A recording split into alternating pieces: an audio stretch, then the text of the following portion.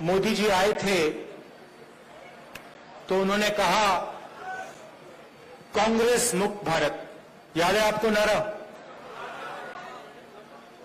अब दुनिया का सुपर पावर जो था इंग्लैंड था, वो कांग्रेस मुक्त भारत नहीं कर पाया, मोदी कैसे करेगा?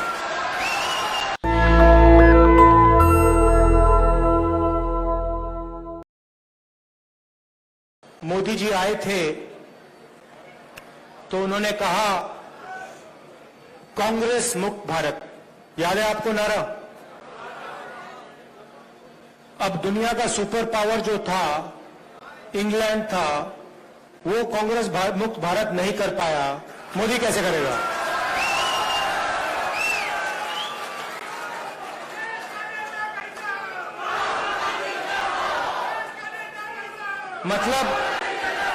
मतलब जो दुनिया का सुपर पावर था, जो आज अमेरिका है, उस समय इंग्लैंड था, वो कांग्रेस को मिटा नहीं पाया, उल्टा कांग्रेस ने उसको मिटा के बाहर भगा दिया।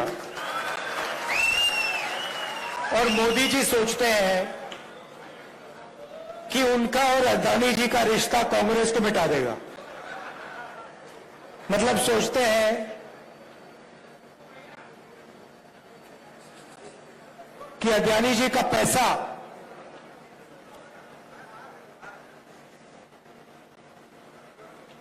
कांग्रेस पार्टी को मिटा सकता है।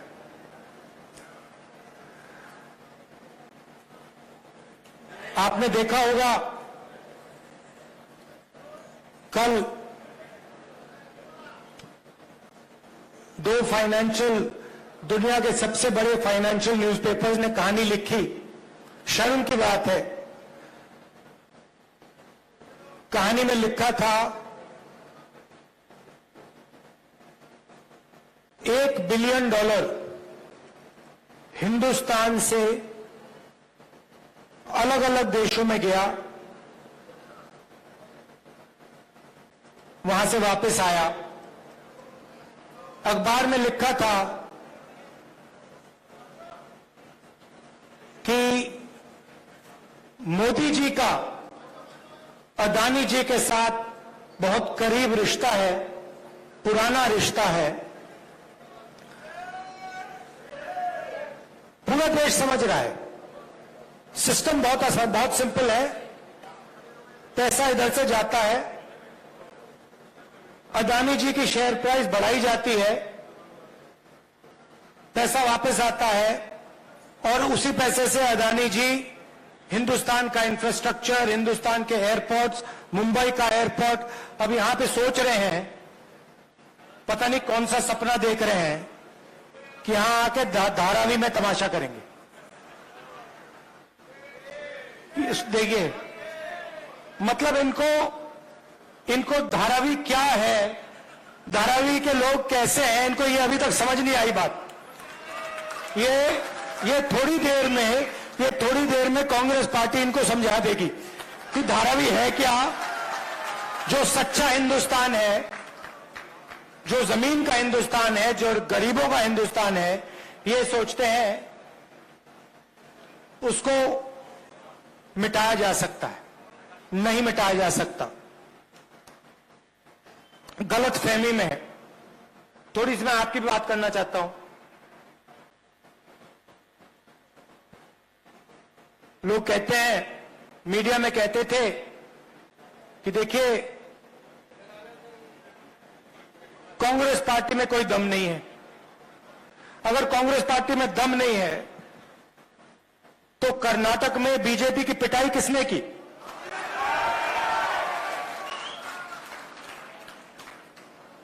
उनको वहां साफ किसने किया?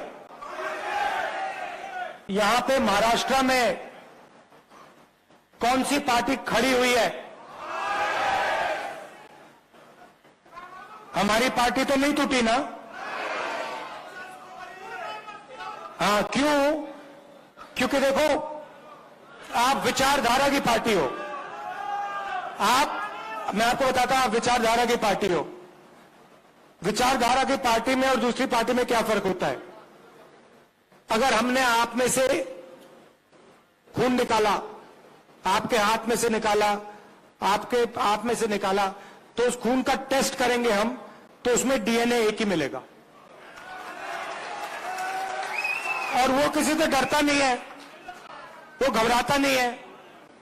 उसको 2-3 लाठी मारो, वो कहता है भैया और मारो मुझे। ये कांग्रेस पार्टी का कार्यकर्ता है। और ये आप चाहो ना चाहो, ये आपका खून है। वही ये बब्बर शेर की पार्टी है, इसमें शेरनियां भी है, इसमें शेरनियां भी हैं, मगर बब्बर शेर भी हैं। और ये किसी से डरते नहीं है। मैंने देखा है, ये डर किसको लगता है मैं आपको बताता हूं। कांग्रेस पार्टी से डर नरेंद्र मोदी को लगता है, आरएसएस को लगता है, बीजेपी को लगता है। और यहां पे आप देख लेना, महाराष्ट्र में सफाई होने वाली है इनकी, बीजेपी की। और अभी क्या है देखिए, तेलंगाना में, राजस्थान में, मध्य प्रदेश में, छत्तीसगढ़ में, जो कर्नाटक में हुआ है वही यहां होने वाला है। और फिर उसके बाद नेशनल इलेक्शंस में जो इंडिया अलायंस है वो बीजेपी को हराने जा रहा है।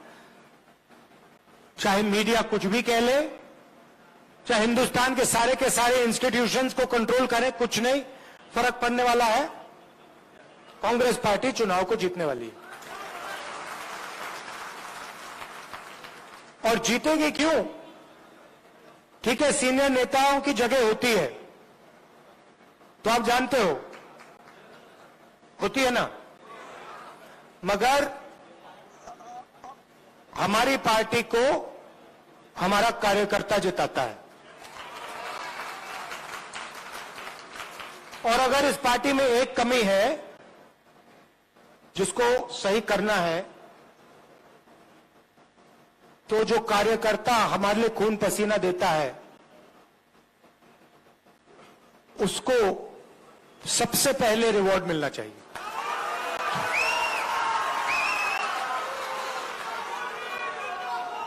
और ये देखिए, ये हमारे बीच में जो रिश्ता है, कांग्रेस कार्यकर्ता है, हमारे नेता है, मैं हूं, खारगे जी हैं, हमारा रिश्ता दूसरा है। बीजेपी का रिश्ता दूसरा है, आरएसएस का रिश्ता दूसरा है। हमारा जो रिश्ता है प्यार का, मोहब्बत का, पारिवारिक रिश्ता है। और हम नफरत के साथ, हिंसा के साथ काम नहीं करते। हम अपने दुश्मन के घर में जाके, उनके घर में जाके,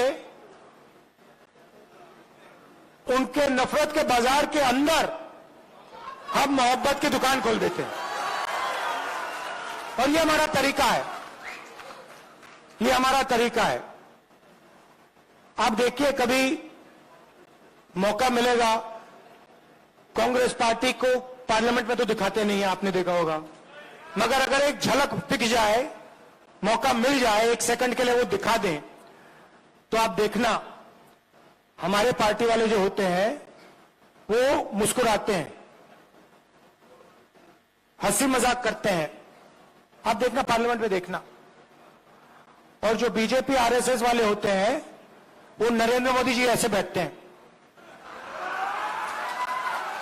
और उनके पीछे लाइन लगी रहती है, वो भी ऐसे बैठते हैं कि गलती से भी मुस्कुरा ना ले, पता नहीं क्या हो जाएगा, मोदी जी मार देंगे, आरएसएस वाले मतलब चड्डी पहना के लाठी पकड़ा देंगे।